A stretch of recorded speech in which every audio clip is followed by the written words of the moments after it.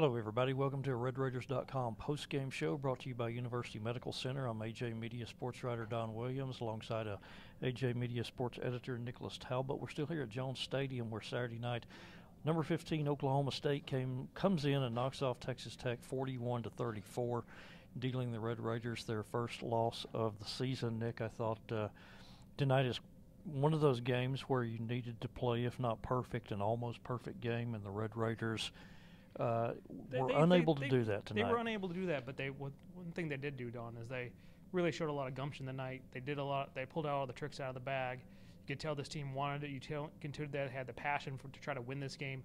I think at the end of the day, though, I think they were just outclassed by a very good Oklahoma State team, which a lot of people thought were going to be a college football playoff contender when the season began. And it still could be, since they only have one loss, although their chances kind of took a hit last week when they lost to TCU in the Big 12 Conference opener. Tonight was Texas Tech's Big 12 Conference opener. Red Raiders pulled out all the stops, asked the fans to dress in black, so they had the blackout. A really rowdy crowd tonight at Jones AT&T Stadium. Red Raiders, in a twist that I really loved, they went with the Jim Carlin era 1974 Don likes the old throwback. I mean, the helmets and the jerseys, I thought it was perfect. It was great. I wish they would keep those, what they wore tonight, in the regular rotation. That was fantastic. And then and the game was fantastic too, Don. Beyond just the visual appeal of it, it was a really good game. If you're a college football fan, this was a fun game to watch. It was tied at 34 late. Texas Tech fell down 34-20. It was able to make a comeback, so you had that element to it. Then Oklahoma State came back and scored late. So it was a really good college football game.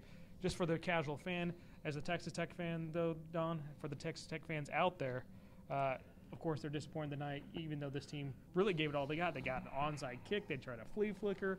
Nick Shimonek threw for 330 yards. I think they DeMarcus Field had the 95-yard pick six. Yeah, a 95-yard pick six. So a lot of things went the Red Raiders' way, and they did a lot of things well tonight. It just wasn't enough to knock off this good of a team. Well, the thing about it, I think Tech coaches and players alike are kicking themselves after this one, because you know, when you're Texas Tech, you build your identity around. You have one of the top offenses in the nation, and one of the top offenses in the nation, again and again, did not come through tonight. There was you had possessions where you get to the Oklahoma State 1-yard line, take a field goal at the end of the first half. You get to the 3-yard line, take a field goal in the third quarter. Then you're at the 14-yard line, and Nick Shimonek throws one to a defensive lineman, which I'd complimented Nick. All this past week, I thought the best thing that he did in the first 3 games was he did not show bad judgment when the receivers were not there, when everybody's covered. He would throw the ball into the stands. He still did some of that tonight, but critical interception there early in the fourth quarter. Tech gets no points out of that. And then at the end, your defense gives you the ball back with 5 minutes and 30 seconds left in a 34-34 game, and you advance it only 17 yards. Then you have to punt, and that allowed Oklahoma State to go 79 yards and score what proved to be the winning touchdown. And it sounded like, post-game interview, Nick Shimonek was really PO'd with himself. I would say so. He had his hat pulled down low. You could barely even see his eyes, and he just said, they're not here to compete. They're here to win. So he took their loss really hard. Positive, though, Don. Got to look at the positive side on this. The defense, as you said, the defense gave him the ball back. And if you look at what Oklahoma State was able to do all game, time and time again, Oklahoma State got into the red zone, and then this defense stepped up. Yeah, and it was kind of I think when you look at the defense, it was kind of a glass half full, glass half empty sort of deal. From the glass half empty standpoint, he gave up 597 yards. And there were times in that game, especially early, where Rudolph and his receivers looked like they can just go play pitch and catch all they wanted out there. I don't know if there's a team in the country that won't do that against Oklahoma State, though. Yeah, that up. yeah. Maybe not Alabama, but right, or TCU last week. But you're right, though. From the glass half full standpoint, there were so many. There were, I guess, 4 occasions. 4 occasions where Oklahoma State has the ball at the 10-yard line or closer, and you kept them from scoring a touchdown. Which missed field goal, two missed field goals, two missed field goals from 18 and 22 yards out. They held in another 22-yard field goal. So outside of a couple misplays here and there, which I really think hurt Tech in the long run, when they did score in the red zone, it was complete breakdowns. They had a guy wide open in the end zone. I think it was Jalen McCleskey was just standing there like, hey, why don't you throw the ball over here? I'll score a touchdown. And then both runs by Mason Rudolph, they just cleared out the entire side. Rudolph could have crab walked into the end zone. There was no one around him. That would have been interesting to see. We'll try the crab walk. It's so wide open. As we mentioned, rough night for the Texas Tech offense. Only 372 yards. That's a pretty low total for Texas Texas Tech standards. And Cliff King, we said that Nick Shimanek was PO'd after the game. Sounded like Cliff Kingsbury is not real happy either, because he said he couldn't run the ball at all. We're not getting a push, and the pass protection was not very good either. So Cliff saw what I saw. I didn't miss it on that. I thought, man, Tech is not running the ball very effectively, and Nick Shimanek is getting pressured out of his mind. And I think Oklahoma State kind of confused him. I think they had a really good package by Glenn Spencer and Cliff Kingsbury said after the game. They were taking away the short throws, and it looked like they were dropping a lot of people into coverage. They were getting success rushing 3 or 4 and covering with other guys, and that gave Cliff Kingsbury, the player, trouble back in his day. And it also was a scheme that confused Pat Mahomes. When Pat Mahomes had some of his bad games, it was sort of, I think, a lot of similar stuff to what Oklahoma State was doing tonight. Yeah, and when you're pointing out the offense, you pointed out the main thing you pointed out was they didn't run the ball very well. And me, I love 3 yards in cloud of dust. I've said that 1,000 times here. Total 27 carries, 54 yards, 2.1 average. They scored 2 touchdowns rushing, but I mean, if you're going to have 5 carries for 0 yards from Desmond Disney, it's not going to be a very good night, because when you can't run the ball, you can't pass protect either, because they're just going to be coming after you. I mean, that's the way it is. So if you can't run the ball, they're going to pass protect you. They know it's coming, and it's just going to go downhill from there. And I think most of the problems that we saw tonight in the Red Raider offense are the same problems we saw last year when they could not run the ball. Yep. And they didn't have the big play tonight. Last week against Houston, they didn't run the ball very well either. They had about 26 carries for 54 yards outside of a 73-yarder and an 84-yarder, one from Trey King, one from Justin Stockton. They didn't run the ball very well either, but when you pop big ones like that, it opens up the passing game. Today, that just didn't happen. Yeah, best night by a Tech receiver this season was Cameron Batson, 6 catches for 84 yards. That's for Oklahoma State. You got to be pretty happy with that, because when Tech's best receiver has 6 catches for 84 yards, that's a really off night for the Red Raiders. Dylan Cantrell, 67 receiving. Derek Willis 3 for 30. Second game in a row where Derek Willis really hasn't shown up after he had a very encouraging start to his season. But he did draw a couple key pass interferences. True. Which allowed Texas Tech to get inside the 3-yard line and score.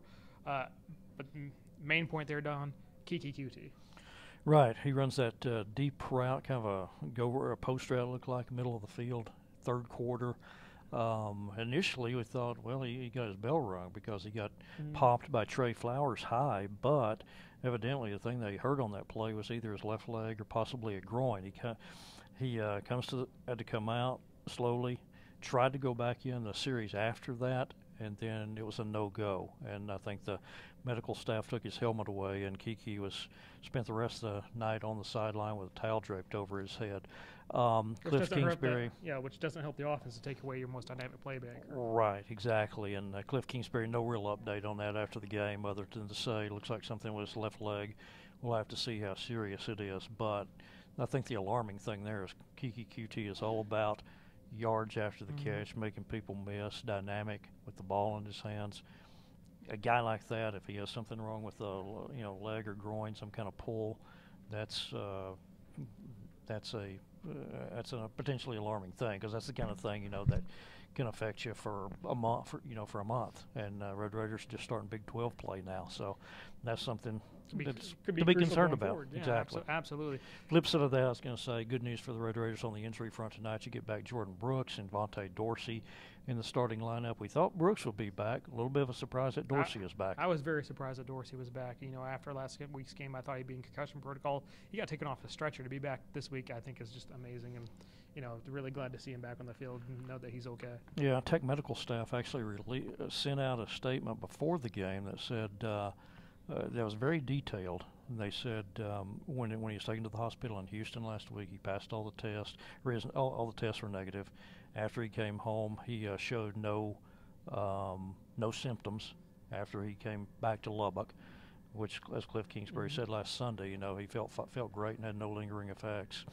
He was then in concussion protocol this week, and according to, again, the medical team said that he passed all the requirements and was fully cleared to play tonight. So he played a full game. He got credit for 7 tackles. Jordan Brooks, who had tweaked the knee last week, also back in the starting lineup, got credited with 7 tackles as well.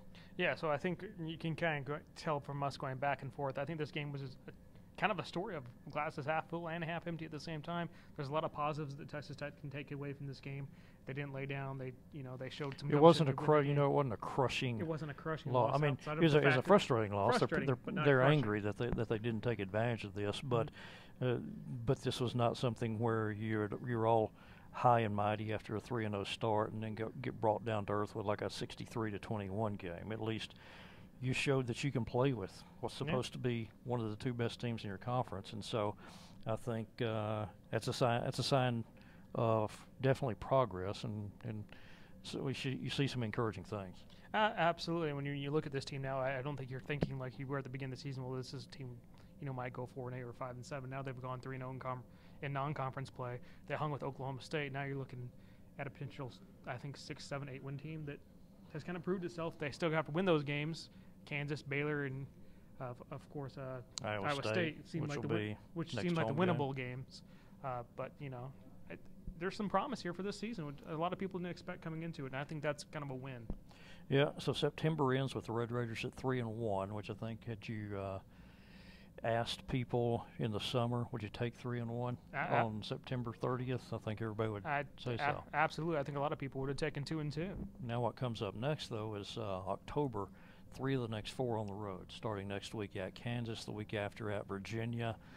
Only home game in October is Iowa State, and then you finish October with a road trip to Oklahoma. And I think you'll probably hear the words, I hate to use this, it's a cliche, but this week you'll hear the word trap game, so maybe it's the first time you hear the word trap game this week. That'll be KU, 11 a.m. start next Saturday after a hard emotional loss tonight. Yeah, absolutely. It was a hard emotional loss, but I think they can take a lot of positives going forward, Don. So, not a complete loss today, but still a loss in the loss column. So that'll put a wrap on it for us tonight. We thank you as always for tuning in and for reading our stuff on RedRaiders.com and LubbockOnline.com. We'll be back on Sunday evening after the Cliff Kingsbury Sunday night post-practice availability, and of course have Texas Tech football stories all through the week leading up to KU next Saturday at 11 a.m. So for our producer sitting over there, Brad Tollison, and for AJ Media Sports Editor Nick Talbot, I'm Don Williams again from the Avalanche-Journal. Thank you for joining us on this RedRaiders.com postgame report brought to you by University Medical Center.